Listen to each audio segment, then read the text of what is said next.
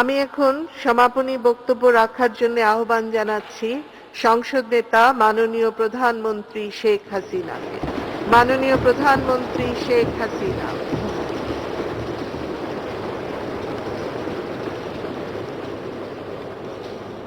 ধন্যবাদ মাননীয় স্পিকার। মাননীয় স্পিকার, একাদশ জাতীয় সংসদের চলতি ত্রয়োদশ অধিবেশন গত ২রা জুন ২০২১ শুরু হয় এবং ১২ কার্যদিবস চলে, কারণ করোনা ভাইরাসের কারণে আমরা খুব সীমিত আকারে এই সংসদ পরিচালনা করি। ৩রা জুন আমাদের মাননীয় অর্থমন্ত্রী এই সংসদে বাজেট পেশ করেন, ২০২১-২২ অর্থবছরের বাজেট, এবং বাজেটের উপর আমাদের মাননীয় সরকারি এবং বিরোধী এবং অন্যান্য সব দলের সদস্য মিলে ৮৫ জন সংসদ সদস্য বক্তব্য রাখেন। ১৫ ঘন্টা ৩২ মিনিট আলোচনা হয়। ৭টি বিল ইতিমধ্যে পাশ হয়েছে এবং কতগুলি বিল উত্থাপিত হয়েছে, আর কিছু কমিটিতে রয়ে গেছে। অনেকগুলি সংসদের স্থায়ী কমিটি পুনর্গঠন করা হয়েছে, কারণ নতুন নতুন সংসদ সদস্যরা এসেছেন, হয়তো আরও কিছু কমিটি আমাদের পুনর্গঠন করতে হবে ভবিষ্যতে। আমাদের সংসদ অধিবেশন চলাকালীন সময় সংসদের যারা কর্মকর্তা কর্মচারী তারা সবাই তাদেরকে হিসাব করে সীমিত আকারে যখন যাকে প্রয়োজন সেইভাবেই স্বাস্থ্যবিধি মেনে এই অধিবেশন পরিচালনা করেছেন। কাজে আমি এটুকু বলবো যে সেজন্য আমি সবাইকে আন্তরিক ধন্যবাদ জানাচ্ছি যে তারা এত কষ্ট করেও এই অধিবেশনটা চালু রেখেছেন, আর তার জন্য সবাইকে আমি ধন্যবাদ জানিয়ে আমার বক্তব্যের শুরুতে আমি পরম শ্রদ্ধাভরে স্মরণ করছি সর্বকালের সর্বশ্রেষ্ঠ বাঙালি জাতির পিতা বঙ্গবন্ধু শেখ মুজিবুর রহমানকে, স্মরণ করি জাতীয় নেতা এবং ৩০ লক্ষ শহীদ ২ লক্ষ মা বোনকে। আমি স্মরণ করি ৭৫-১৫ই আগস্ট। আমি আমার মা বেগম ফজিলাতুন্নেসা, আমার ছোট ভাই শেখ কামাল, ক্যাপ্টেন শেখ কামাল মুক্তিযোদ্ধা, লেফটেন্যান্ট শেখ জামাল মুক্তিযোদ্ধা, কামাল জামালের নবপরিণীত বধূ সুলতানা কামাল ও রোজি জামালকে, আমার ছোট্ট ১০ বছরের ভাই শেখ রাসেলকে, আমার একমাত্র চাচা শেখ আবু নাসের সহ ৭৫-১৫ই আগস্টে যারা শাহাদাত বরণ করেছেন তাদেরকে। এবং আমি স্মরণ রাখছি আমার বাবা বাংলাদেশের রাষ্ট্রপতি জাতির পিতা বঙ্গবন্ধু শেখ মুজিবুর রহমানের যিনি মিলিটারি সেক্রেটারি ছিলেন কর্নেল জামিল, এবং police officer Hasibur Rahman ASP SB, তাদেরকে নির্মমভাবে হত্যা করছে, তাদেরকে আমি স্মরণ করি। করোনা ভাইরাস ইতিমধ্যে আমরা সংসদ সদস্য অনেককে হারিয়েছি এবং দেশে বিদেশে যারাই মৃত্যুবরণ করেছে তাদেরকে আমি স্মরণ রাখছি।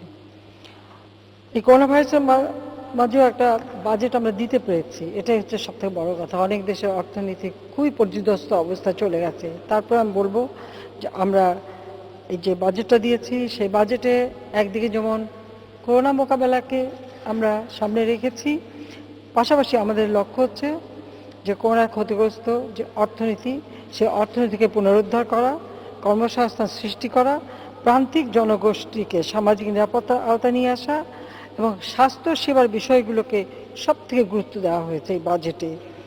আমি মাননীয় অর্থমন্ত্রীকে আন্তরিক ধন্যবাদ জানাই যে এই করোনাকালেও তিনি ৬,০৩,৬৮১ কোটি টাকার বাজেট দিতে পেরেছেন, যা জিডিপি ১৭.৫০।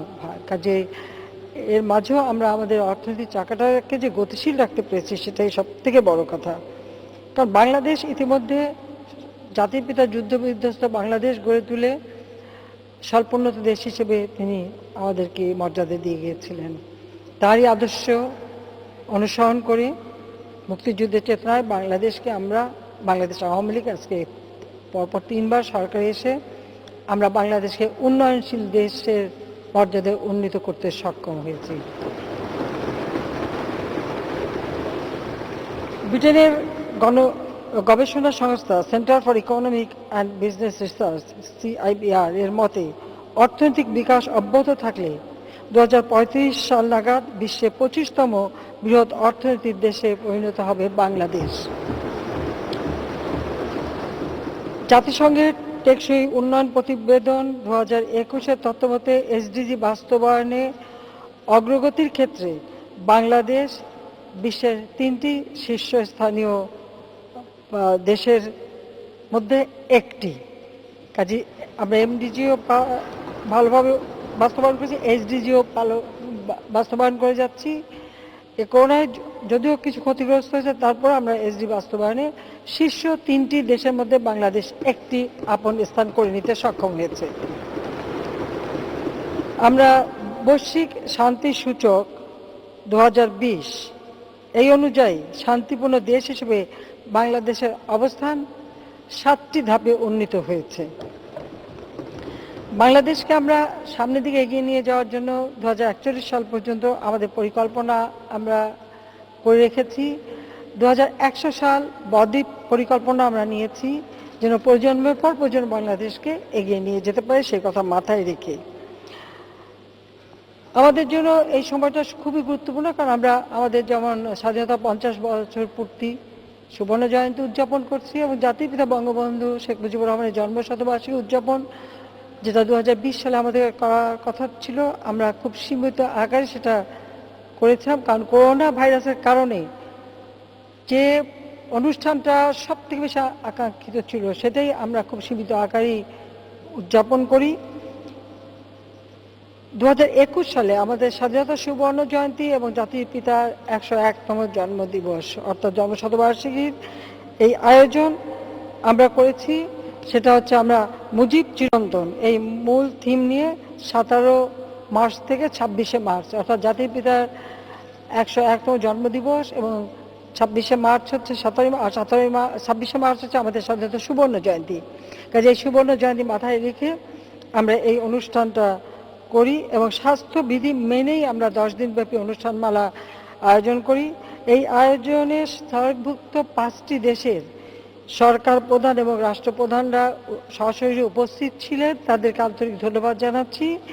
আর পাশাপাশি 194টি দেশের রাষ্ট্রপ্রধান সরকার প্রধান তাদের বাণী কেউ ভিডিও কনফারেন্সিংয়ে অথবা কেউ সরাসরি দিয়েছেন, এবং সেখানে আমাদের গ্রেট ব্রিটেনের মহামান্য রানী, আমাদের সৌদি আরবের যে বাদশাহ সহ অনেকেই এই বিভিন্ন দেশের যারা সকলেই, এবং ব্রুনাইয়ের সুলতান সকলে এই অনুষ্ঠানে সরাসরি মানে ভিডিও কনফারেন্সিং অথবা বানিয়ে দিয়ে সংযুক্ত হয়েছেন। কাজে তাদের ভিডিও বার্তা এবং লিখিত শুভেচ্ছা বার্তা আমরা পেয়েছি, সেজন্য সকলকে আমার আন্তরিক ধন্যবাদ জানাচ্ছি। আমরা যেহেতু অনুষ্ঠানগুলি করতে পারিনি আমাদের তারপর আমাদের কর্মসূচির মধ্যে আমাদের যেটা লক্ষ্য ছিল, বাংলাদেশকে দারিদ্র্যমুক্ত বাংলাদেশ আমরা করতে চাই, সেই লক্ষ্য নিয়ে জাতির পিতা যে গৃহহীন মানুষের ঘর তৈরি করার পদক্ষেপ নিয়েছিলেন, আমাদের এখন লক্ষ্য হচ্ছে বাংলাদেশে একটি মানুষও ভূমিহীন থাকবে না, গৃহহীন থাকবে না, সকল একটা ঠিকানা থাকবে। সেই লক্ষ্য নিয়ে আমরা কাজ করে যাচ্ছি। আমার বাজেট বক্তৃতায় তার বিস্তারিত আমি বলেছি, তবে আমি এটুকু বলতে পারি 1996 সালে যখন সরকার গঠন করি তখন থেকে আমরা যেমন গুচ্ছগ্রাম, আশ্রয়ণ প্রকল্প, গৃহায়ন তহবিল, ঘরে ঘরে বিভিন্ন কর্মসূচির মাধ্যমে গৃহ নির্মাণের কাজ আমরা করি। তাছাড়া আমাদের অন্যান্য মন্ত্রণালয়ের মাধ্যমে করা হয়। তারপরে প্রায় 10 লক্ষ গৃহহীন ভূমিহীন মানুষকে আমরা ঘর বাড়ি তৈরি করতে দিতে সক্ষম হয়েছি এ পর্যন্ত। আর আশ্রয়ণ প্রকল্পে মুজিব বর্ষে ঘর, সেটা প্রায় 4,42,608টি ভূমিহীন গৃহহীন পরিবারকে ইতিমধ্যেই গৃহ প্রদান করা হয়েছে, এবং আরও 1 লাখ গৃহ আমরা নির্মাণ করছি। এইভাবে পর্যায়ক্রমিকভাবে বাংলাদেশে কোনো লোক গৃহহীন থাকবে না। আমাদের মাথাপিছু আয় ইতিমধ্যে আমরা 2,227 মার্কিন ডলার উন্নীত করতে পেরেছি। আর তাছাড়া আমাদের রেমিটেন্সও বেড়েছে, সেগুলি আমি বাজেট বক্তৃতা বলেছি, সেখানে আমি যাচ্ছি না। মাননীয় স্পিকার, আমি এটুকু বলবো যে আমরা কিন্তু এই করোনার মাঝে যেমন অর্থনৈতিক গতিশীলতা রাখতে পেরেছি, মূল্যস্ফীতি আমাদের নিয়ন্ত্রণে আছে, আবার আমাদের প্রবৃদ্ধিও আমরা ধরে রাখতে সক্ষম হয়েছি। যদিও আমরা যেটা চেয়েছিলাম সেটা পারিনি, কিন্তু তারপর বলবো যে এই দক্ষিণে এশিয়ায় সর্বোচ্চ মানে প্রবৃদ্ধি বাংলাদেশই অর্জন করতে সক্ষম হয়েছে। করোনা মোকাবেলা এবং স্বাস্থ্য সেবার জন্য আমরা যথেষ্ট পদক্ষেপ নিয়েছি। মাননীয় একটা সমস্যা হচ্ছে যে জনগণকে গত ঈদ উল ফিতরে বারবার অনুরোধ করলাম যে আপনারা আপনাদের জায়গা ছেড়ে যাবেন না, কিন্তু অনেকেই তো সে কথা শোনেননি, সকলেই ছুটে চলে গেছেন। আর তার ফলাফলটা কি হলো? এবং যারা বাইরে ছিল তারা পুরো বর্ডার এলাকায় বিভিন্ন জেলা এবং বিভিন্ন জেলায় এই করোনাটা ছড়িয়ে পড়লো। এখন সকল তলে যদি আমাদের কথাটা শুনতো তাহলে হয়তো আজকে এমনভাবে করোনাটা ছড়িয়ে পড়তো না, এটা হলো বাস্তবতা। তারপরেও মানুষ আসলে যেতে চায়, এটাই সমস্যা। তবে আমরা ইতিমধ্যে আমাদের সাধ্যমতো চেষ্টা করে যাচ্ছি মানুষের পাশে দাঁড়াতে। শুধু সরকার না, আমাদের পার্টির পক্ষ থেকে আওয়ামী লীগ এবং আমাদের সহযোগী সংগঠনের মাধ্যমেও আমরা বিভিন্নভাবে সহযোগিতা মানুষকে করে যাচ্ছি। ইতিমধ্যে আমরা প্রণোদনা দিয়েছি বিভিন্ন খাতে, সেটাও আমরা ইতিমধ্যে বলেছি। আর আমরা আর্থিক সহায়তা দিচ্ছি এবং এমন কোনো শ্রেণী পেশার মানুষ নেই যাদেরকে আর্থিক সহায়তা দেওয়া না হয়েছে। এবং এটা যেহেতু আবার করোনা দেখা দিয়েছে, আমাদের সাধ্যমতো আবার আমরা সেই সহযোগিতা দেব এবং কারো খাদ্য প্রাপ্তিতে যাতে অসুবিধা না হয় অবশ্যই সেই বিষয়টা আমরা দেখব। স্কুল কলেজ খোলার ব্যাপারে কথা উঠেছে, কিন্তু যাদের ছোট ছোট ছেলে মেয়ে বা সন্তানরা স্কুল কলেজ ইউনিভার্সিটিতে যায়, সেই বাবা মাই কিন্তু চান না তাদের বাচ্চাদের স্কুলে পাঠাতে। তবে এটা নিয়ে সব থেকে বেশি সোচ্চার যাদের ছেলেমেয়েরা স্কুলে যায়ই না, পড়েই না, পড়ার মতো ছেলে মেয়ে নাই, তারাই বেশি কথা বলেন। কিন্তু যারা যায় তারা তো চাচ্ছেন না। আমরা ইতিমধ্যে শিক্ষকদের টিকা দিয়েছি, আমরা ছাত্রদেরও টিকা, কিন্তু আপনি জানেন মাননীয় স্পিকার যে ওয়ার্ল্ড হেলথ অর্গানাইজেশন WHO কতগুলি নির্দেশনা মেনে চলতে হয়। এখানে কোন টিকাটা কোন বয়স পর্যন্ত দেওয়া যাবে এবং সেটা তারা কতগুলি পরামর্শ দেয়, সেটা আমাদের মানতে হয়। সেই হিসাব করে আমরা ইতিমধ্যে টিকা দান শুরু করেছি। টিকার একটা সমস্যা হয়েছিল, সেটা আমি আগেও বলেছি, যে আমাদের কিছু সমস্যা দেখা দিয়েছিল ভারত থেকে। আমরা যখনই টিকা নিয়ে গবেষণা শুরু হয় তখনই সব দেশের সাথে আমরা যোগাযোগ করি, কিন্তু আমরা একমাত্র ভারত থেকে যখন পেলাম তাদের কাছ থেকে আমরা কিনে ফেললাম নগদ টাকা দিয়ে। কিন্তু ভারতে যে আকারে করোনা ভাইরাসের মহামারী দেখা দিল তখন তারা টিকা রপ্তানি বন্ধ করে দিল। তাহলে কিছুদিন আমাদের সমস্যা হয়েছে, কিন্তু বর্তমানে ইতিমধ্যে টিকা এসে গেছে। যেমন ফাইজারের টিকা যেটা এসছে, আমরা বলেছি যারা বিদেশে আমাদের শ্রমিক যারা যাচ্ছে তাদের অগ্রাধিকার থাকবে এই টিকা পাওয়ায়। আর গতকাল রাতে এবং আজকে খুব ভোর সকালের দিকে ইতিমধ্যে মডার্না এবং সিনোফার্মের টিকা বাংলাদেশে পৌঁছে গেছে। মডার্না থেকে 2.50 মিলিয়ন চলে আসছে, আর সিনোফার্মের 2 মিলিয়ন এসে গেছে। এবং এই সিনোফার্মের 2 মিলিয়ন আমরা কিন্তু ক্রয় করেছি, কিন্তু তার আগে তারা আবার আমাদেরকে চীন থেকে আমাদের কিছু উপহারও পাঠানো হয়েছে, ভারতও আমাদের কিছু উপহার দিয়েছে।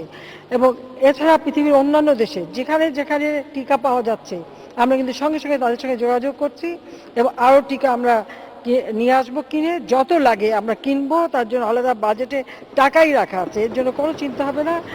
আমরা চীন, রাশিয়া, যুক্তরাষ্ট্র, জাপান থেকে শুরু করে অস্ট্রেলিয়া সব দেশের সাথে যোগাযোগ করছি, যেখানে পাওয়া যাচ্ছে আমরা নিয়ে নিচ্ছি। আমাদের নিজেদের প্লেন পাঠিয়ে আমরা চীন থেকে এই সিনোফার্মের টিকা নিয়ে এসেছি। এভাবে আমরা কিন্তু সংগ্রহ করছি।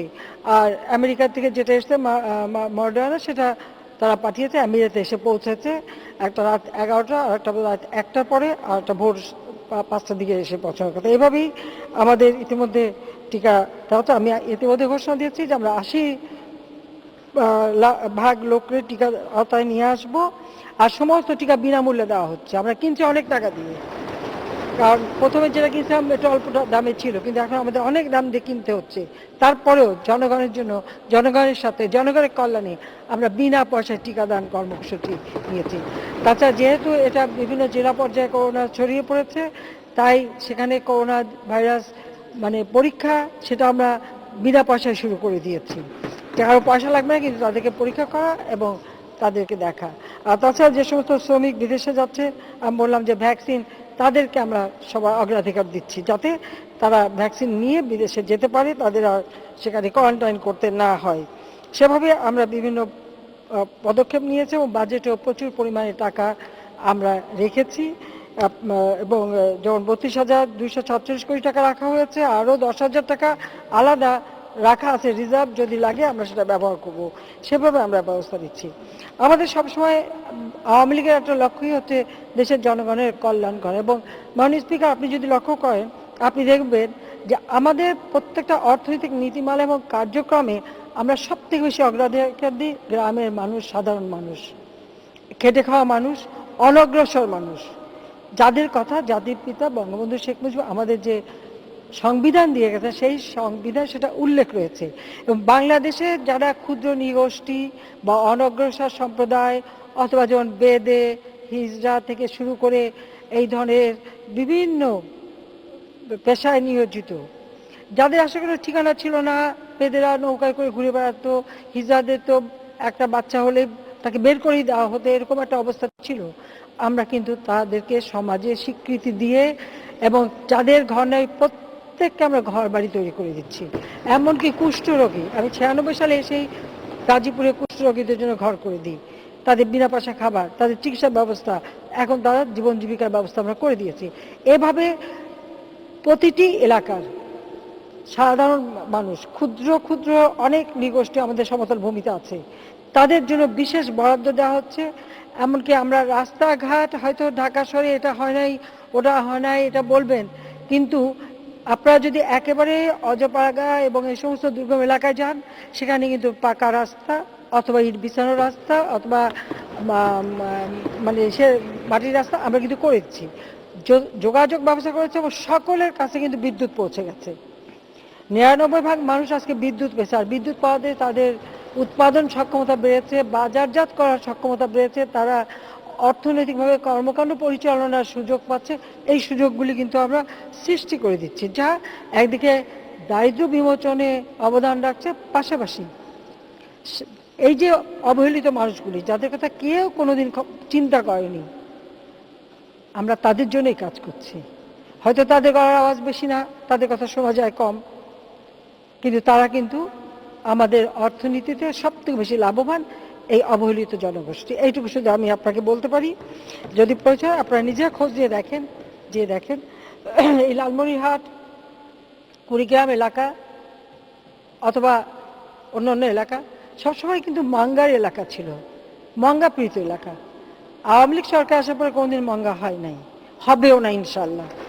তার জন্য গবেষণা হচ্ছে, খাদ্য উৎপাদন বাড়ানো হচ্ছে, খাদ্য বহুমুখীকরণ, বিভিন্ন পুষ্টির জন্য বিভিন্ন কাজ করা, মানুষের কাজের ব্যবস্থা আমরা করে দিয়েছি।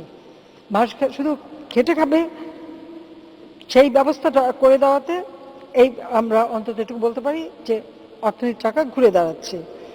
সামাজিক সুরক্ষা খাতে আমরা বিশেষ প্রণোদনা দিচ্ছি এবং বিশেষভাবে যখন 96 সালে সরকার, তখন থেকেই আমরা এই সামাজিক সুরক্ষায় বিশেষ ব্যবস্থা নিচ্ছি। বিশেষ করে বয়স্ক ভাতা, বিধবা ভাতা, প্রতিবন্ধীদের ভাতা, প্রতিবন্ধী শিক্ষার্থীদের বৃত্তি। আর বৃত্তি তো আমরা আমাদের প্রায় মানে সর্বস্তরে আমরা দিয়ে যাচ্ছি, এই জন্য যে লেখাপড়ার উপরে আমরা গুরুত্ব দিই, বিনা পয়সায় বই দিচ্ছি। এমনকি করোনাকালীন সময় আমাদের বাজেটে টাকাও রয়েছে, স্কুল শুরু হবে, আমরা তাদের জন্য কাপড় চোপড়, ব্যাগ, স্কুলের খাবার, স্কুল ফিডিং কর্মসূচি সবগুলি আমরা করব। কারণ বাচ্চারা পড়াশোনা আমরা চাই। তবে আমি একটু বলবো যে হ্যাঁ, স্কুল বন্ধ আছে, কিন্তু পড়াশোনা যাতে বন্ধ না হয়, এই সংসদ টেলিভিশনের মাধ্যমে বিভিন্ন ক্লাস প্রতিদিন প্রচার হচ্ছে। তাছাড়া আমরা রেডিও এখন উন্মুক্ত করে দিয়েছি, রেডিওর মাধ্যমে যাচ্ছে পড়াশোনার সুযোগ, অনলাইনে যাচ্ছে। যে যেভাবে সুযোগ পাচ্ছেন সেভাবে কিন্তু আমরা পড়াশোনার কাজটা চালিয়ে রাখতে সক্ষম হচ্ছি। তাতে আমরা বলবো যে একটু ক্ষতি হচ্ছে, কিন্তু এই টিকা দিয়ে পরেই আমরা কিন্তু সকল স্কুলগুলি খুলে দেব। কিন্তু আমরা যখন ঠিক সিদ্ধান্ত খুলবো, তখনই এই করোনা ভাইরাস এমনভাবে মানে মহামারীকে ছড়িয়ে পড়লো সারা বিশ্বে, আর তার ধাক্কাটা আসলো আমাদের দেশে। কাজে একটা ছেলে মেয়ে করোনা ভাইরাসে আক্রান্ত হবে, এবং ছোট শিশুদেরও তো হচ্ছে। আমরা জেনে শুনে লেখাপড়া শিখবে, কিন্তু সেই লেখাপড়ার জন্য তাদের মৃত্যুর মুখে ঠেলে দেব কি না, আমার মাননীয় সংসদ উপনেতা সেটা একটু বিবেচনা করবেন। আমি শুধু একটু বলার জন্য বলবেন, সেটা ঠিক আছে, কিন্তু তারপর এটা আবার চিন্তা করবেন যে এই ছেলে মেয়েগুলিকে মৃত্যু মুখে ছেড়ে দেবেন কিনা। কারণ বিদেশে আমাদের নাতিপুত্র ছেলেমেয়েরাও পড়াশোনা করে, বা আমাদের অনেক পরিচিত জন পড়ে, সেখানে আমরা দেখেছি সবই ওই অনলাইন। কিছুদিন স্কুল খুললো, আবার যখন মহামারী ছড়িয়ে পড়লো সব স্কুল বন্ধ, আবার ঘরে বসে পড়াচ্ছে। হ্যাঁ, এবার অপশনও দিচ্ছে যে কারা স্কুলে পাঠাবে, তারা স্কুলে পাঠাচ্ছে, কারো ঘরে বসে পড়াচ্ছে, আবার যখন বেশি ছড়ায় সঙ্গে সঙ্গে বন্ধ করে দেয়। এভাবেই কিন্তু চলছে সারা বিশ্বে, কিন্তু এটা শুধু বাংলাদেশ না, সারা বিশ্বের এই অবস্থা, সেটা ভাবতে হবে সবাইকে। যাক, আমি একটু একটু বলতে চাই যে শিক্ষার জন্য সব থেকে বেশি কাজ কিন্তু আওয়ামী লীগ সরকারই করেছে। আমাদের এবারের শিক্ষা খাতে সবথেকে বড় বরাদ্দ আমরা দিয়েছি। তাছাড়া যুগোপযোগী শিক্ষা নীতি আমরা প্রণয়ন করেছি। শিক্ষার হার বৃদ্ধি পেয়েছে, এখন 74.70%। এবং আমরা একেবারে প্রাথমিক থেকে উচ্চশিক্ষা পর্যন্ত 2,03,00,000 শিক্ষার্থীকে বৃত্তি উপবৃত্তি আমরা দিচ্ছি। এমনকি পিএইচডি করা বা পোস্ট গ্রাজুয়েশনের শিক্ষা নিতে দেশে বিদেশে আমরা বৃত্তি দিচ্ছি। গবেষণার জন্য আলাদা পয়সা দিচ্ছি। গবেষণার মাধ্যমেই কিন্তু আমরা আমাদের অনেক কাজ করতে সক্ষম হচ্ছি। তাছাড়া আমরা প্রত্যেকটা উপজেলায় একটা করে স্কুল বা একটা কলেজ, যেখানে যেখানে সরকারি ছিল না আমরা সরকারি করেছি, যাতে করে যারা একটু মানে দরিদ্র ছেলেমেয়েরা পড়তে পারে, সেই জন্য আমরা করে দিয়েছি। শিক্ষকদের সরকারি চাকরির মর্যাদা দিয়েছি, মর্যাদা বৃদ্ধি করেছি, প্রধান শিক্ষক, সহকারী শিক্ষক সকলেরই, এবং বেতন ভাতাও আমরা বৃদ্ধি করেছি। এভাবে আমরা এটা অনেক আগে থেকে আমরা করে যাচ্ছি। কাজে আমাদের ডিজিটাল সেন্টার সারা বাংলাদেশে আছে। কাজে এখন এই ডিজিটাল সেন্টারে আমাদের ছেলেমেয়েরা কম্পিউটার শিক্ষা বা অন্যান্য শিক্ষা এবং বিভিন্ন ধরনের সেবা গ্রামবাসী দিতে পারছে। গ্রামের মানুষ চর অঞ্চলে পর্যন্ত যে এই মানুষগুলি ডিজিটাল সেন্টার থেকে বিভিন্ন মানে সেবা পাচ্ছে। আমরা আমাদের যেমন খাদ্যশস্যে এখন উৎপাদন আমরা বাড়াচ্ছি, সাথে সাথে পুষ্টির দিকে আমরা দৃষ্টি দিয়ে যাচ্ছি। আর তথ্য প্রযুক্তি আইটি খাতে এর মধ্যে প্রায় 10 লাখ কর্মসংস্থান হয়েছে। এখন আমরা অনেক কিছু ডিজিটাল ডিভাইস অনেক কিছু আমরা বাংলাদেশে তৈরি করছি, বিদেশে রপ্তানি করছি, এবং বিদেশ থেকে যাতে এখানে বিনিয়োগ আসে তার জন্য আমরা ব্যবস্থা নিয়েছি। এবং আরও এই 2021 সালের মধ্যে আরও 10 লাখ কর্মসংস্থান এখানে হতে পারবে, সে ব্যবস্থা নেওয়া হয়েছে, সেভাবে বিনিয়োগ ব্যবস্থা আমরা নিয়েছি। তাছাড়া আমরা ইউনিয়ন পর্যায় পর্যন্ত ব্রডব্যান্ড চালু করে দিচ্ছি। প্রত্যেকটা ডাকঘরকে আমরা একটা ডিজিটাল সেন্টার করে দিয়েছি। আমি এটুকু বলবো যে কি আমরা অত্যন্ত পরিকল্পিতভাবে ব্যবস্থা নিচ্ছি। আমাদের কৃষি জমি বাঁচাতে হবে, জনসংখ্যা বেশি, জমির পরিমাণ কম, উৎপাদন সক্ষমতা বাড়ানো, তার জন্য যেমন গবেষণা করছি, পাশাপাশি আমরা আলাদাভাবে শিল্পায়নের জায়গা ঠিক করে দিচ্ছি, স্পেশাল ইকোনমিক জোন করে দিচ্ছি, স্পেশাল শিল্প এলাকা, সেখানেই শুধু শিল্প হবে। সব রকম সুবিধা আমরা করেছি, দেশি বিদেশি বিনিয়োগ হবে।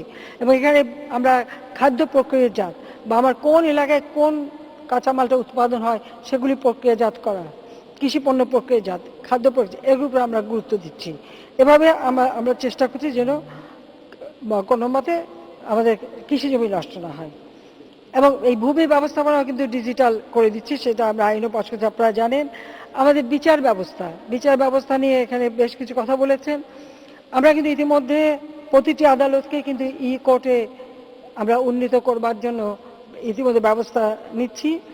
জুডিশিয়ারি প্রকল্পে সামগ্রিক বিচার ব্যবস্থাকে ডিজিটালাইজড করা হবে। ভার্চুয়াল কোর্ট চালু করা হয়েছে যাতে মানে মানুষ বিচারটা পায়। এখানে অবশ্য বিচারের ব্যাপারে, বিচারপতি নিয়োগের ব্যাপারে আমাদের মাননীয় উপনেতা কিছু কথা বলেছেন। একটু আমি স্মরণ করে দিতে চাই, এই বাংলাদেশে বিচারপতি নিয়োগের যে নমুনা ছিল, সেই নমুনাটা যদি আপনারা একটু স্মরণ করেন, জাস্টিস কামাল উদ্দিন হোসেন তিনি এজলাসে বসে আছেন, চিফ জাস্টিস বসে আছেন, কিন্তু তিনি জানেন না তিনি নাই। তখন মাননীয় উপনেতা আপনার বড় ভাই জেনারেল এরশাদ সাহেব ক্ষমতায়, তিনি রাষ্ট্রপতির এক কলমের খোঁচায় বিচারপতি নাই, উনি প্রধান বিচারপতি এজলাসে বসে আছেন, কোর্ট চালাবেন। তখন ওনাকে বলা হলো আপনি তো নাই, কারণ রাত্রেবেলা আপনার বিদায় দেওয়া হয়েছে কলমের খোঁচায়। এই হলো বিচারপতি। এবং তারপরে একজনকে দিলেন মানে জাস্টিস মুনিমকে, তাকে তো কেউ তিনি আর বসতে আর পারেননি। এটা হলো বিচারপতি নিয়োগের ক্ষেত্রে। আর বিএনপির আমলে তো আরো এক ধাপ, একেবারে মানে ভুয়া সার্টিফিকেট নিয়ে বিচারপতি নিয়োগ, জাল সার্টিফিকেট, হাতে নাতে ধরা একদম। শুধু তাই না, আর একজন বিচারপতি তিনি এক মামলার রায় দেবেন, তো ছাত্র দলের সেক্রেটারি গলায় হাত দিয়ে বসে সেই রায় নিয়ে আলোচনা করছে, সেটাও দেখা গেল। কাজী বিচার ব্যবস্থায় যে কি অবস্থা ছিল, আওয়ামী লীগ সরকার সবাই অ্যানেক্স ভবন করে বিচারক বৃদ্ধি আমরা পদক্ষেপ নিচ্ছে, আমরা করেছি। প্রত্যেকটা জেলা এবং সব এ পর্যন্ত যত ডেভেলপমেন্ট সবই কিন্তু আওয়ামী লীগ সরকারের আমলে আমরাই করে যাচ্ছি, আর কেউ করেনি।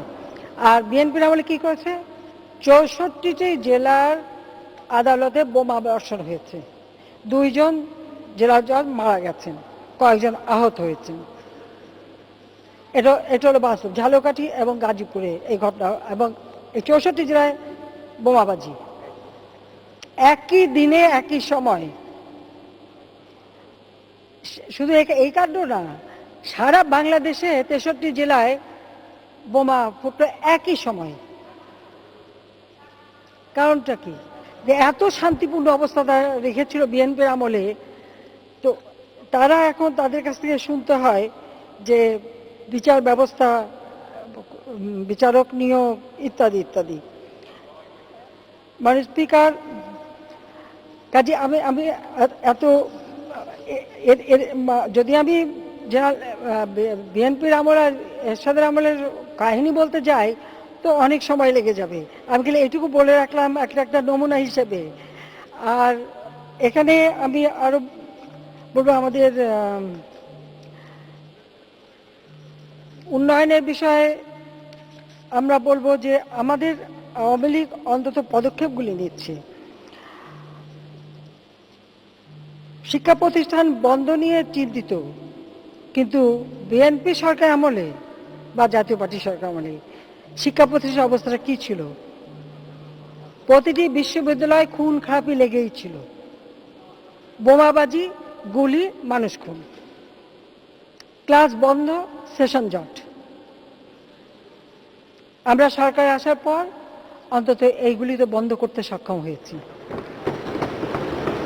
এই ঢাকা বিশ্ববিদ্যালয়ে চুন্নু, রাফুন, বসনিয়া থেকে শুরু করে কত ছেলে মারা গেছে, এমনকি বিএনপি নিজেরা কন্দল করে সেই পাগলা শহীদ থেকে শুরু করে কতজনকে হত্যা করছে। যেদিন পাগলা শহীদ হত্যা হলো, খালেদা যে সেখানে তখন উনি নর্মালি সে সময় পেন্সিল হিল পড়তেন, ওনার পেন্সিল হিল ফেলায় রেখে উনি ছুটে যে রিক্সায় করে সেই চলে ভেগে গেছিলেন ওখান থেকে, নিজের দলের লাশ ফেলে দিয়ে।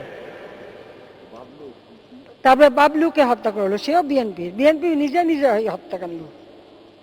আর চুন্নুকে তো খালেদা যে নিজে অর্ডার দিয়ে হত্যা করেছে, কারণ তিনি সে 7 মাসে ভাষণ বাজিয়েছিল, এটাই ছিল অপরাধ।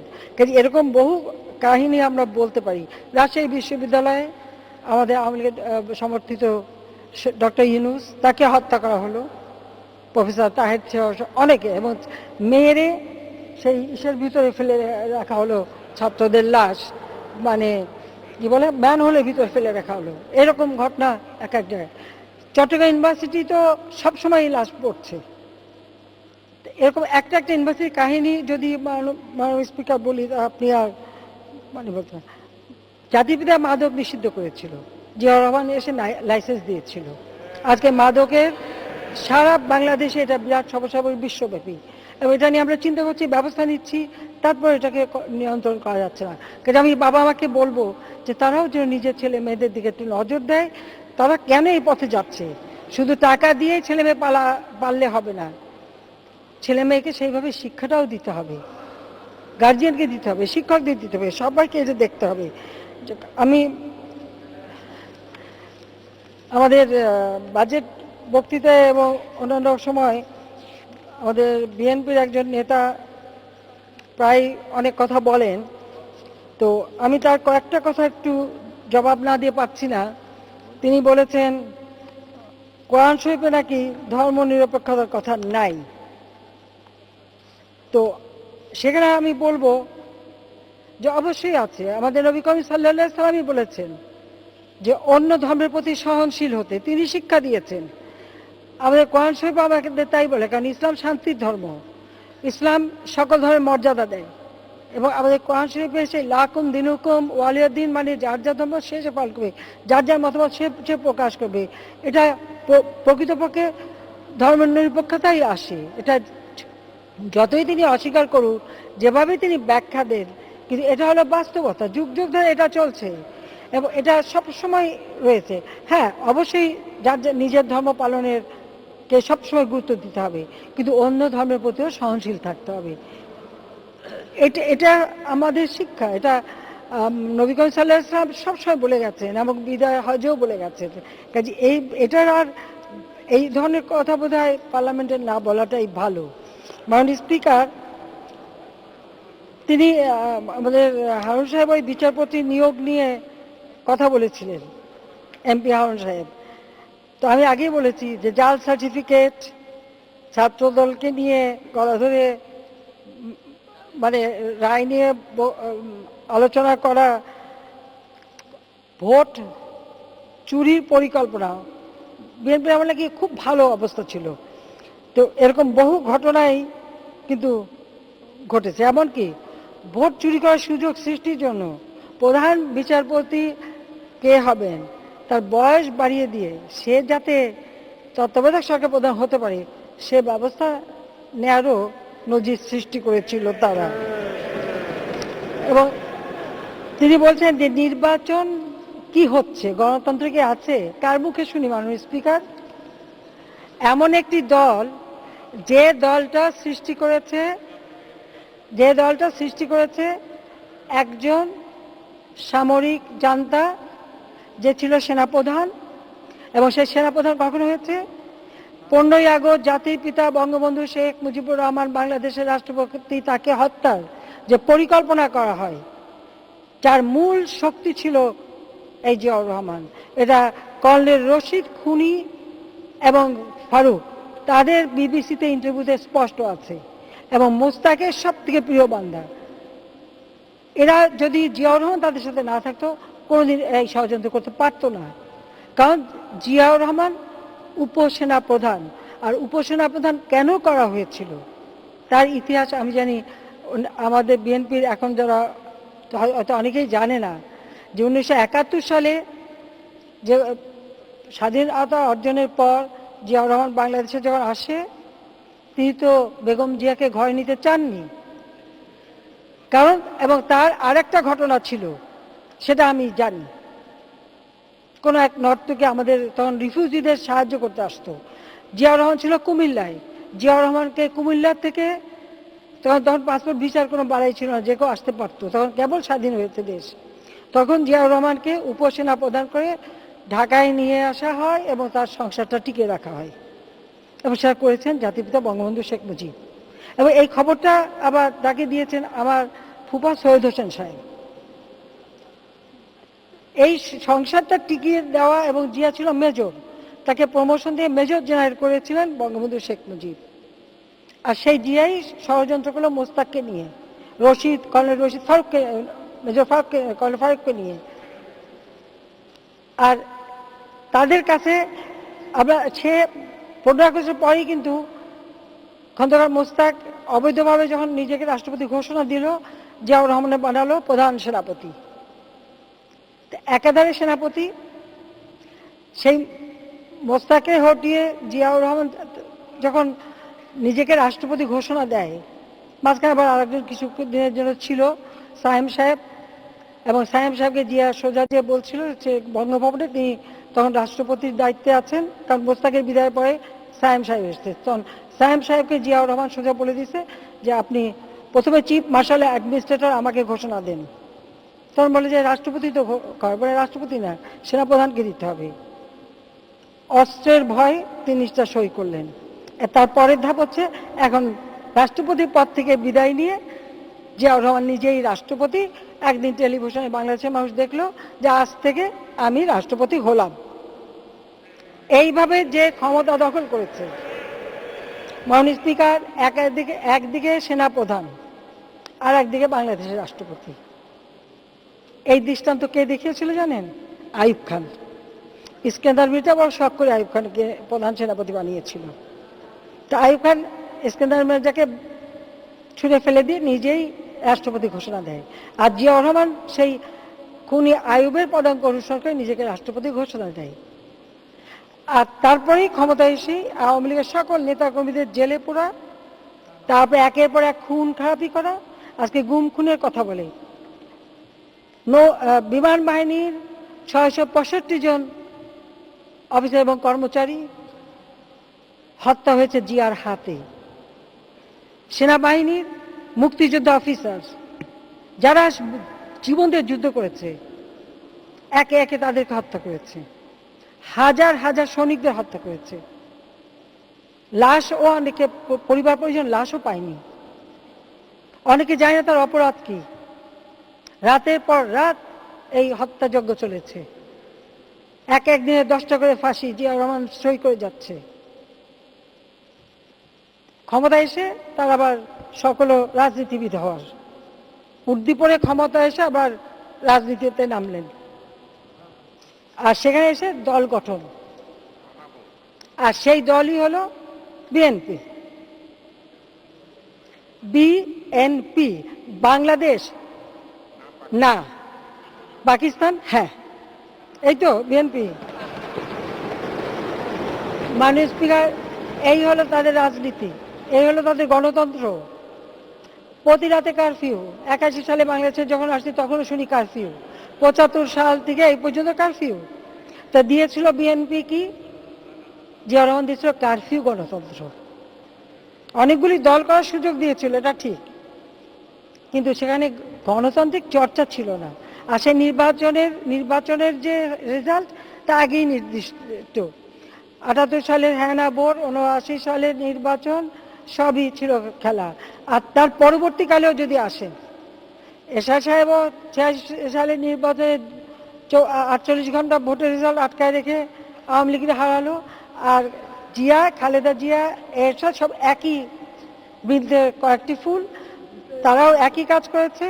15ই ফেব্রুয়ারি নির্বাচন 96 সালে, সেখানে আপনার সেই নির্বাচনে ছিল জাস্টিস সাদেক আলী। কোনো ভোট নাই, চারিদিকে আর্মি দিয়ে তারপর ঘোষণা, কোনো ভোটারই যেতে পারলো না, কিন্তু ভোট হয়ে গেল। আমরা আন্দোলন করে 15ই ফেব্রুয়ারি খালেদা জিয়া ইলেকশন করে ক্ষমতায় বসছিল। 30শে মার্চ জনগণের আন্দোলনে, গণ আন্দোলনে খালেদা জিয়া পদত্যাগে বাধ্য হয়। তারপরে জুন মাসে 12 তারিখে যে নির্বাচন হয়, সেই নির্বাচনে আওয়ামী লীগ জয়ী হয়ে আমরা সরকার গঠন করি। আমাদেরকে অবশ্য সাথে অন্যান্য যে দলগুলি, জাতীয় পার্টি, তারপরে তখন আসম আব্দুর রব ছিল, তা আমাদের অনার্সমন্ত্রী, সবাইকে নিয়ে আমরা সরকার গঠন করেছিলাম। তো 15ই ফেব্রুয়ারির মতো নির্বাচন যারা করতে পারে এবং জনগণের ভোটের, জনগণের আন্দোলনে যাতে পদত্যাগে বাধ্য হয়, তারা কি গণতন্ত্র দিয়েছে? আর গণতন্ত্রের সংজ্ঞা কি বুঝাবে এই পার্লামেন্টে আমাদেরকে? শুধু ওটা না, এরপরেও আছে। জাসির আজিজ সাহেব তখন ইলেকশন কমিশনার, 1,23,00,000 ভুয়া ভোটার, 1,23,00,000 ভুয়া ভোটার দিয়ে ভোটার লিস্ট করা হলো। এরপর আমরা যেটা দাবি করলাম যে ছবি সহ ভোটার তালিকা, এখন আইডি কার্ড, এখন ইভিএম এ ভোট হয়, ভোট চুরি করবার সুযোগ থাকে না। এটা হলো বাস্তবতা। সেই আজিজ মার্কা নির্বাচন, সেটাও টেকে নাই। সেই নির্বাচনও করে ফেলেছিল, সেখানেও অনেকে প্রায় জিতেই গিয়েছিল, কিন্তু জনগণের রুদ্র রোষে সেই নির্বাচন টিকাতে পারেনি। এবং তাদের এই যে 64 জেলায় জজে কোর্টে বোমা ফেলা, 63 জেলায় বোমা হামলা, বাংলা ভাই সৃষ্টি, সন্ত্রাস, খুন, এর ফলে তারপরে মাগুরার ইলেকশন, সেও তো আর এক ইলেকশন, ভোটারবিহীন এক ইলেকশন। এমনকি Dhaka mayor city corporation election হলো, মোহাম্মদ হানিফ জেতার সাথে সাথে লালবাগে সেখানে হত্যাযোগ্য চালো, 7 জন মানুষ মারা গেল। এখন তাদের মুখে আমার গণতন্ত্রের কথা শুনতে হয়। তারা গণতন্ত্রের সংজ্ঞা দেয়, যাদের জন্মই হয়েছে একটা সেনাবাহিনী অবৈধভাবে ক্ষমতা দখলকারী এক সেনা শাসকের পকেট থেকে তারা গণতন্ত্র কি বুঝে, আর গণতন্ত্র কি শিখবে, আর গণতন্ত্র কি শিখাবে আমাদেরকে? আওয়ামী লীগ তো মাটি মানুষের থেকে গড়ে ওঠা জনগণের অধিকার, ভাষা আন্দোলন থেকে শুরু করে জনগণের বাঁচার অধিকার এবং এই দেশকে স্বাধীন করার পুরো পরিকল্পনা নিয়ে বাংলাদেশ আওয়ামী লীগ গঠিত। তাই আওয়ামী লীগকে ধ্বংস করার অনেক চেষ্টা করা হয়েছে, কিন্তু পারেনি, পারবে না, কারণ আমাদের আওয়ামী লীগের শিকড় অনেক শক্তিশালী। আর গণতান্ত্রিক প্রক্রিয়া দিয়ে আওয়ামী লীগ আসে দেখেই ক্ষমতায় টিকে থাকতে পারে, আর টিকে থাকে বলেই কিন্তু দেশের উন্নতি হয়। কারণ যারা এইভাবে অবৈধ ক্ষমতা দখল করে তারা ক্ষমতা হারাই ভয়ে শুধু টাকা বানাতে থাকে, পয়সা বানাতে থাকে, বিলাস বাসনে চলা, শোষা দেখানো, হাইফাই চলা, এইসব করে বেড়ায়। বাংলাদেশের মানুষের দিকে কেউ ফিরে তাকায় না। আজকে আমরা মানুষের দিকে তাকাচ্ছি, মানুষের জন্য কাজ করছি বলেই আজ কিন্তু দেশের মানুষ পেট ভরে খেতে পারছে, মানুষের ঘর হচ্ছে, চিকিৎসা পাচ্ছে, মানুষ অন্তত বাঁচার জন্য একটা উন্নত জীবনের স্বপ্ন দেখতে পাচ্ছে। জাতির পিতা এই জাতিকে নিয়ে যে স্বপ্ন দেখেছিলেন সেটা বাস্তবায়ন করা, এটাই আমাদের দায়িত্ব এবং সেই দায়িত্বই আমরা পালন করে যাচ্ছি। মাননীয় স্পিকার, আমি আরো বলবো যে আমাদের বিএনপির সংসদ সদস্য আরেকটা কথা বলেছেন, বিদ্যুৎ কেন্দ্রে টাকা বন্ধ করে দেন আর সব মেগা প্রজেক্টে টাকা বন্ধ করে দেন। মাননীয় স্পিকার, উনি তো বলবেনই। চাঁপাইনবাবগঞ্জ কানসাটে বিদ্যুতের দাবি করেছিল দেখে সেখানে মানুষকে গুলি করে হত্যা করেছিল, 9 জন হত্যা হয়েছিল। সারের দাবি করলো, কৃষক হত্যা করলো। শ্রমিক তার ন্যায্য 18 জন কৃষককে গুলি করে হত্যা করেছে। শ্রমিক তার ন্যায্য দাবি নিয়ে আন্দোলন করেছে, 17 জন শ্রমিককে রমজান মাসে গুলি করে হত্যা করেছে। আর কানসাটে সেই বিদ্যুতের দাবিতে মানুষ যখন নেমেছে তাদেরকে গুলি করে হত্যা করেছে। শুধু তাই নয়, সেখানে আরো কাজ করেছে। যখন অগ্নি সন্ত্রাস শুরু করলো, ওই জায়গায় বিদ্যুৎ কেন্দ্র আগুন দিয়ে পুড়িয়ে দিল। যে ইঞ্জিনিয়ার কর্তব্যরত ছিল তাকে সেই আগুনের মধ্যে পুড়িয়ে হত্যা করেছে এই বিএনপি। তারা তো বিদ্যুতের কথা বন্ধ করতেই বলবে, কারণ বিএনপির দুর্নীতির কারণে সিদ্ধিরগঞ্জের বিদ্যুৎ কেন্দ্র বন্ধ হয়ে গিয়েছিল, ওয়ার্ল্ড ব্যাংক টাকা বন্ধ করে দিয়েছিল ওই বিএনপি সরকারের দুর্নীতির কারণে। কাজে তাদের তো আমরা করে ফেলছি। আজকে আমরা এই 2009 সরকার এসে এই পর্যন্ত 99% মানুষ বিদ্যুৎ পাচ্ছে, বিদ্যুৎ উৎপাদন এত বাড়িয়ে ফেলছি, এগুলি পছন্দ হবে না তো। কারণ সাধারণ মানুষ যে পাচ্ছে তাদের তো সাধারণ মানুষের দিকে তাকাবার সময় নেই। ক্ষমতা তাদের হলো একটা ভোগের বস্তু, আর আমাদের কাছে জনগণের সেবা করা আমাদের দায়িত্ব, আমরা সেবা করে যাচ্ছি। আর শিক্ষার মানের কথা বলে, এখানে একটু বলে রাখি মাননীয় স্পিকার, শিক্ষার মানের কথা বলেন, এই ঢাকা বিশ্ববিদ্যালয়ের একটি বিভাগে 54 জনকে ফার্স্ট ক্লাস দেওয়া হয়েছিল বিএনপি সরকারের আমলে। আপনি মাননীয় স্পিকার, আপনিও তো ছাত্রী, আমরা ঢাকা বিশ্ববিদ্যালয়ের ছাত্রী। ঢাকা বিশ্ববিদ্যালয়টার নাম ছিল, প্রাচ্যের অক্সফোর্ড হিসেবে পরিচিত ছিল। যখন একটা বিভাগে, একটা ডিপার্টমেন্টে এরকম 54 জনের ফার্স্ট ক্লাস দিয়ে দেয়, তখন তার মানটা থাকে কোথায়? কেন দিল, কারা দিল, সেটা একটু খোঁজ নেওয়া দরকার। এবং যেখানে যার আধিপত্য সেখানে এমনভাবে তারা চালিয়েছে, ভাবতে পারেন একদিকে যেমন গোলা বারুদ আর একদিকে এই অনিয়ম, যার ফল শিক্ষার মান ধীরে ধীরে ধ্বংস। কিন্তু এখন আস্তে আস্তে আমরা সেটাকে উন্নীত করছি, এখন ডিজিটাল পদ্ধতি ব্যবহার করছি, আমরা ভাবছি।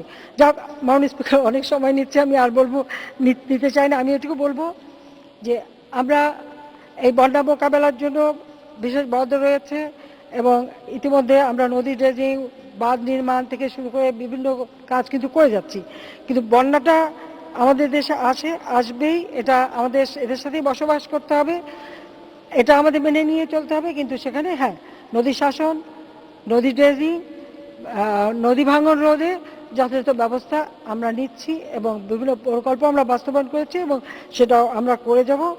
জনগণের কল্যাণেই আমরা কাজ করি। আজকেও একটা বিল আমরা পাস করলাম, সেটা হচ্ছে আমাদের শিল্পী কলা কৌশলী যারা, তাদের জন্য একটা ট্রাস্ট ফান্ড করা হলো। কারণ এই করোনার সময় আমরা দেখেছি যে এরা কি মানবিত জীবনযাপন করে সারা বাংলাদেশের সবাইকে। যেমন সরকারিভাবে আমরা যেমন টাকা দিচ্ছি, প্রধানমন্ত্রী ত্রাণ তহবিল থেকেও আমরা টাকা সরাসরি ক্যাশ টাকা দিয়ে সকলকে সহযোগিতা করছি। হাজার হাজার শিল্পীকে সারা বাংলাদেশে আমরা আমাদের সাধ্যমতো সহযোগিতা করেছি। একেবারে রিক্সার পিছনে যারা পেইন্টিং করে তাদেরকে আমরা সাহায্য করেছি, যন্ত্রসঙ্গীতে যারা তাদেরকেও সহযোগিতা করেছি, এবং কোনো স্তরে কেউ কিন্তু বাদ যায়নি। সেইভাবে আমরা কিন্তু সহযোগিতা করেছি। এবং আমিও বলবো যে আমরা এখন লকডাউন ঘোষণা করেছি, আমি দেশবাসীকে বলবো যে আপনারা অন্তত পক্ষে নির্দেশনাগুলি মেনে নিজেকে সুরক্ষিত রাখেন, অন্যকে সুরক্ষিত রাখেন, অন্তত এটা ছড়াতে দিয়েন না। এটা একটাই উপায়, মাস্ক পরা, হাত পরিষ্কার করা, আর যেন কোনো মতেই যেন সংক্রামিত না হন তার থেকে দূরত্ব বজায় রাখা। এটা করতে পারলেই কিন্তু আমরা এটা নিয়ন্ত্রণ করতে পারবো। আর টিকা আসতে শুরু করেছে, কোনো অসুবিধা হবে না। আমরা সারা বাংলাদেশে এটা দিয়ে আমাদের দেশের মানুষ যাতে সুরক্ষিত থাকে তার ব্যবস্থা আমরা করবো। জি,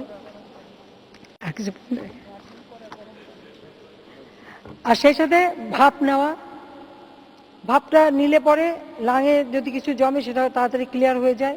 2-3 বার করে একটু ভাপ নিলে পরে 5 মিনিট করে নিলেও এটা অনেক উপকার হয়। আমরা কিন্তু নেই, যেই কিন্তু নেব, ঘরে ফিরে আগে ভাপটা নেব, গরম পানি রেখে মুখে একটু ভাপা নেওয়া, আর গার্গেল করা। কিন্তু গার্গেল কিন্তু বেশি গরম পানি দিয়ে না, কুসুম গরম পানি দিয়ে, কারণ বেশি গরম পানি দিলে গলার ক্ষতি হয়ে যায়, কারণ গলার যে নিজস্ব প্রতিরোধ ক্ষমতা সেটা নষ্ট হয়ে যায়। তো সেটা আবার লক্ষ্য রাখতে হবে। সেইভাবে একটু স্বাস্থ্য সুরক্ষা মেনে চলা, হাত ধোয়া, এটুকু করতে হবে। অন্তত এটুকু বলতে পারি যে আমরা যে বাজেট দিয়েছি সেটা যেমন জীবন জীবিকা প্রাধান্য দিয়েছি, কেউ না খেয়ে যাতে কষ্ট না পায় তার জন্য আমরা সকলে দরকারে ঘরে ঘরে খাবার পৌঁছে দেওয়ার ব্যবস্থা করব। আর চিকিৎসা সেবার জন্য আমরা সারা বাংলাদেশে প্রত্যেকটা হাসপাতালের ব্যবস্থা নিচ্ছি। এক এক সময় এক একটা জায়গায় যখন হঠাৎ চলে আসে, আবার কিছু মাঝে মাঝে যান্ত্রিক ত্রুটি হয়, তার ফলে যারা ক্ষতিগ্রস্ত হয়েছেন বা মৃত্যুবরণ করেছেন আমি তাদের জন্য দুঃখ প্রকাশ করছি। তবে এই বিষয়ে যাতে এরকম ত্রুটি না দেখা দেয় বা হলে অল্টারনেটিভ যাতে থাকে, ইনশাআল্লাহ সে ব্যবস্থা আমরা করব, সেটুকুই আমরা চাই। মাননীয় স্পিকার, অনেক সময় নিলাম, কারণ অনেক দিন ধরে বক্তব্য শুনছি এবং আপনি যথেষ্ট সময় দিয়েছেন আমাদের বিরোধী সদস্যদেরকে, তারা মন খুলে কথা বলেছে। তবে তাদের কিছু কথা জবাব দেওয়া প্রয়োজন ছিল, কারণ দেশবাসীর অনেক সত্য জানার কথা প্রয়োজন ছিল। তাই সামান্য কিছু বললাম, এত বেশি তো বলার সময় নাই, অল্প কিছু বললাম, বাকি থাকলেও পরে আবার বলবো। এটা বলে মাননীয় স্পিকার, আমি সবাইকে ধন্যবাদ জানাচ্ছি এবং আমাদের সংসদ অধিবেশন চলাকালে সংসদ সচিবালয়ের এই কর্মচারীগণ এবং যারা যারা সংশ্লিষ্ট ছিলেন তারা সকলে, তারপর সাংবাদিক কর্মচারীবৃন্দ, বিটিভি, বাংলাদেশ বেতার, সংসদীয় কর্মচারীবৃন্দ এবং গণপূর্ত বিভাগের সংসদীয় কর্মচারীবৃন্দ থেকে শুরু করে আমার কথা হচ্ছে মোটামুটি যারাই সম্পৃক্ত ছিল সকলকে আন্তরিক ধন্যবাদ জানিয়ে মাননীয় স্পিকার তাদেরকে একটা সমপরিমাণ সম্মানী ভাতা, যেটা আমাদের বিরোধী দলের উপনেতাও প্রস্তাব করেছেন, আমি তাকে সম্পূর্ণ সমর্থন দিয়েই আমি আপনার কাছে অনুরোধ করব তাদের একটা সম্মানী ভাতা প্রদানের জন্য আমি আপনার দৃষ্টি আকর্ষণ করছি।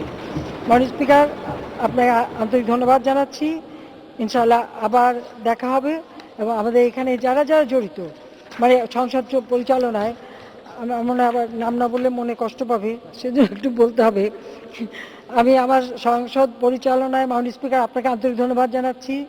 সেই সাথে সাথে প্যানেল চেয়ারম্যান যারা তাদেরকে, সংসদ উপনেতা, মন্ত্রিসভার মাননীয় সদস্যবৃন্দ, মাননীয় চিফ হুইপবৃন্দ, সকল মাননীয় সংসদ সদস্য, বিরোধী দলের নেতা, উপনেতা, বিরোধী দলের উপনেতা এবং বিরোধী দলের চিফ হুইপ সহ হুইপবৃন্দ এবং সকল সংসদ সদস্য, সবাইকে আমি ধন্যবাদ জানাই। আমাদের ডেপুটি স্পিকার, সভাপতিমণ্ডলীর সদস্যকে আন্তরিক ধন্যবাদ জানাই। সংসদ সচিবালয়ের সিনিয়র সচিব সহ কর্মচারীবৃন্দ, সরকারি বিভিন্ন মন্ত্রণালয়, বিভাগ ও দপ্তরে কর্মরত কর্মচারীবৃন্দ, ডাক্তার, পুলিশ, ফায়ার সার্ভিস, গণপূর্ত, বিদ্যুৎ, টেলিফোন বিভাগ সহ সংশ্লিষ্ট সকল সেবাদানকারী প্রতিষ্ঠানের ব্যক্তিবর্গ, জাতীয় দৈনিক পত্রিকা, বিভিন্ন সংবাদ সংস্থা, বাংলাদেশ বেতার, সংসদ, বাংলাদেশ টেলিভিশন, বাংলাদেশ টেলিভিশন, বেসরকারি টিভি চ্যানেল সহ সকল গণমাধ্যম, সাংবাদিক, কর্মকর্তা, কর্মচারীবৃন্দ সহ সকলকে আন্তরিক ধন্যবাদ জানাচ্ছি এবং মাননীয় স্পিকার আবারও অনুরোধ করব যে আপনি তাদেরকে সম্মানী ভাতাটা দিয়ে দেবেন। এই বলে সবাইকে আন্তরিক ধন্যবাদ জানাই। সবাই সুস্থ থাকেন, ভালো থাকেন, সেই কামনা করে আমার বক্তব্য এখানে শেষ করছি। ইনশাল্লাহ বাংলাদেশ করোনা ভাইরাস মোকাবিলা করে এগিয়ে যাবে। বাংলাদেশ জাতির পিতার স্বপ্নের ক্ষুধামুক্ত দারিদ্রমুক্ত সোনার বাংলা আমরা গড়ে তুলব। জয় বাংলা, জয় বাংলাদেশ। ধন্যবাদ মাননীয় সংসদ নেতা প্রধানমন্ত্রী শেখ হাসিনা। আপনার সমাপনী বক্তব্যের জন্য অসংখ্য ধন্যবাদ।